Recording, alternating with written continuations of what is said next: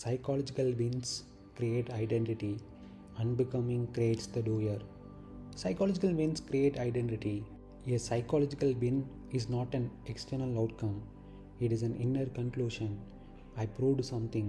I corrected how they saw me. I am now above. I am no longer small. Each time this happens, the mind says, "This is who I am." That sentence, "This is who I am," is identity. Identity is not personality. Identity is self-reference. The moment you win psychologically, the self says, "Protect this, repeat this, don't lose this." So the mind stays alive, busy, defensive, comparative. That aliveness feels powerful, but it is noise, not clarity. Psychological wins keep the self alive. Why alive? Because without winning or losing, the self has no function. The self exists only through comparison, memory, projection, narrative. No win, no story, no self to maintain. So the mind keeps manufacturing battles. This is why insults linger. This is why hierarchy matters. This is why imagined conversations repeat. Not because you are weak, but because the self needs conflict to survive. Now the second half. This is the most important. Unbecoming creates the doer. Unbecoming does not mean improving yourself. It means dropping the psychological project of yourself. No need to repair the image, defend the past, prove the future. When that project drops, something unexpected happens. The energy that was used to manage the self has nowhere to go. So it goes outward into tasks, movement, learning, repetition, execution.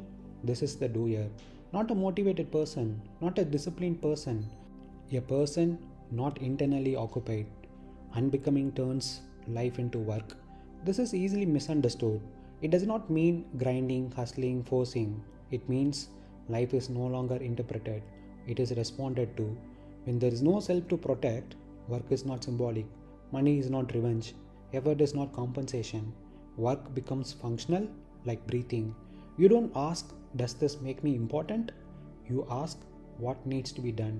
That is silence in motion. The final clarity. This is the core. The self wants to mean something. The doer just does something. Meaning creates friction.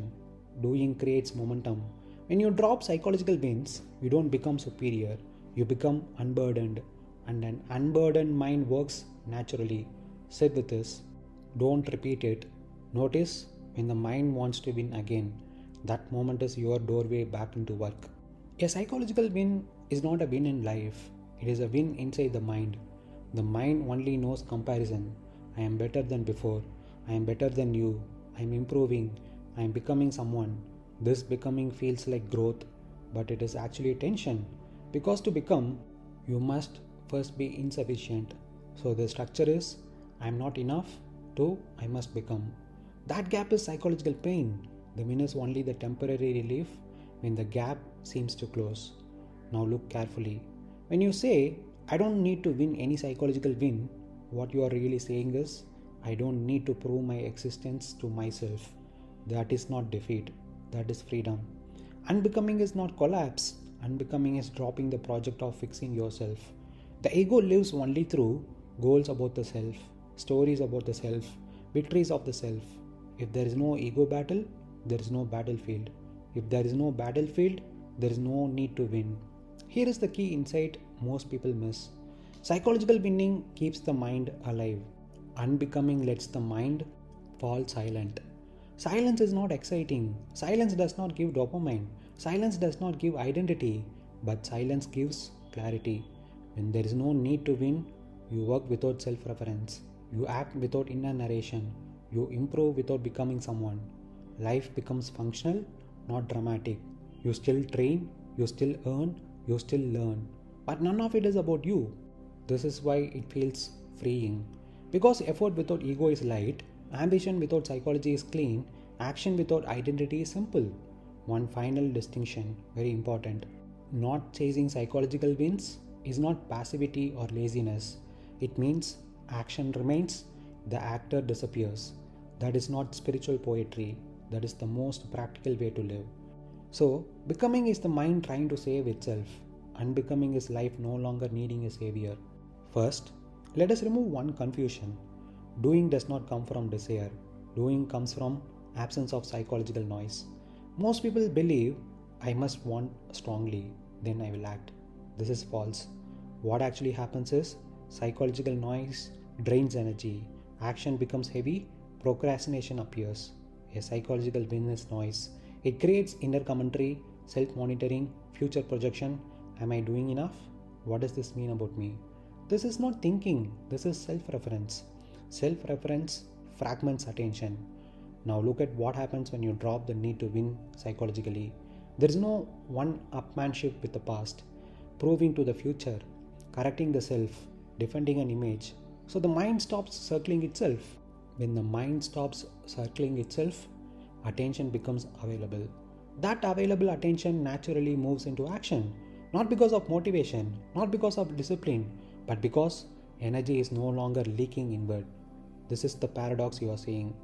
When I stop trying to be someone, I suddenly do more. Why? Because doing is the default state of a healthy organism. A child does not need motivation. A body does not need encouragement to heal. Life moves on its own when it is unobstructed. The obstruction is identity. Becoming is effortful because it is a mental project. Doing is effortless when there is no internal judge, no inner audience, no scoreboard. You are not trying to do, you are simply occupied. This is why silence is not withdrawal. Silence is engagement without narration. You are fully involved but not self-conscious. That state feels like time passing without notice, work happening without friction, fatigue without bitterness, effort without resistance. That is not flow. That is absence of the psychological self. So understand this clearly. The doer is not created by ambition. The doer appears when the self disappears. This is why monks can work for 12 hours. This is why craftsmen lose themselves in work. This is why your best days feel ordinary, not heroic. One last clarity. You are not trying to avoid psychological wins. That itself would be another win. You simply see that they are unnecessary. When something is clearly unnecessary, it falls away without struggle. And what remains is action without noise, movement without identity, life without commentary. That is not enlightenment, that is sanity. First, let us name the thing without moral judgment.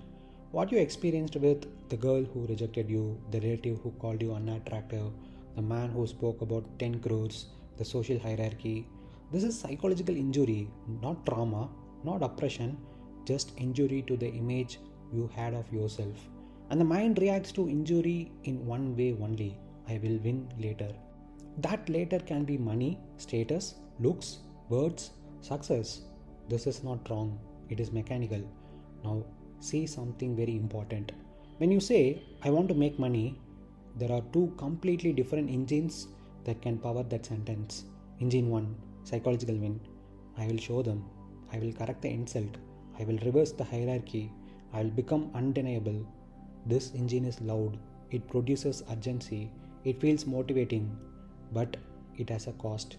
Constant comparison, restless mind, imaginary conversations, energy spent on them, not the work. You are never alone in this mode.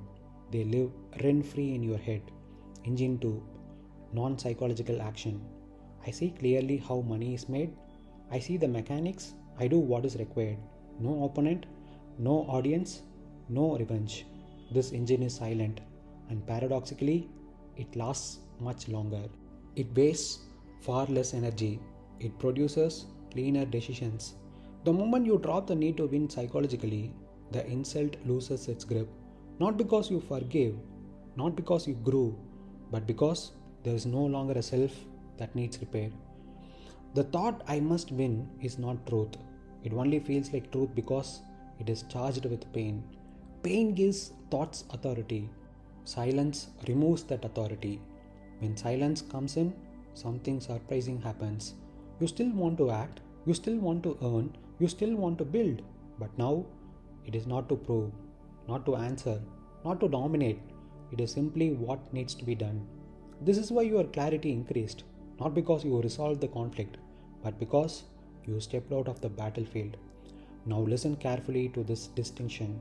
Dropping psychological wins does not mean you accept inferiority. Inferiority and superiority are both psychological positions.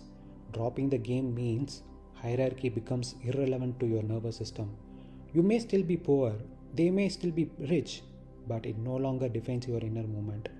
One more crucial thing, very important. Do not turn this insight into an identity. I am above ego. I am spiritually mature. I have transcended. That would be the final psychological win. Just notice. When you don't try to win internally, life becomes workable. That's all. Revenge spends energy on ghosts. Work spends energy on reality. Stay with reality. Let ghosts starve. So, psychological wins were never strength. They were the mind trying to heal an imaginary injury. Every insult, comparison, rejection, or hierarchy only mattered because the self wanted to be repaired, elevated, or validated. The moment that project ended, something simple revealed itself. Nothing needed to be proven, nothing needed to be answered, nothing needed to be won. When the self stopped asking for victories, energy returned to reality. Unbecoming was not loss, it was relief. And in that relief, action appeared, quiet, steady, unforced. No opponent, no audience, no identity, just work happening. That is not enlightenment, that is sanity. The game ended, the work began.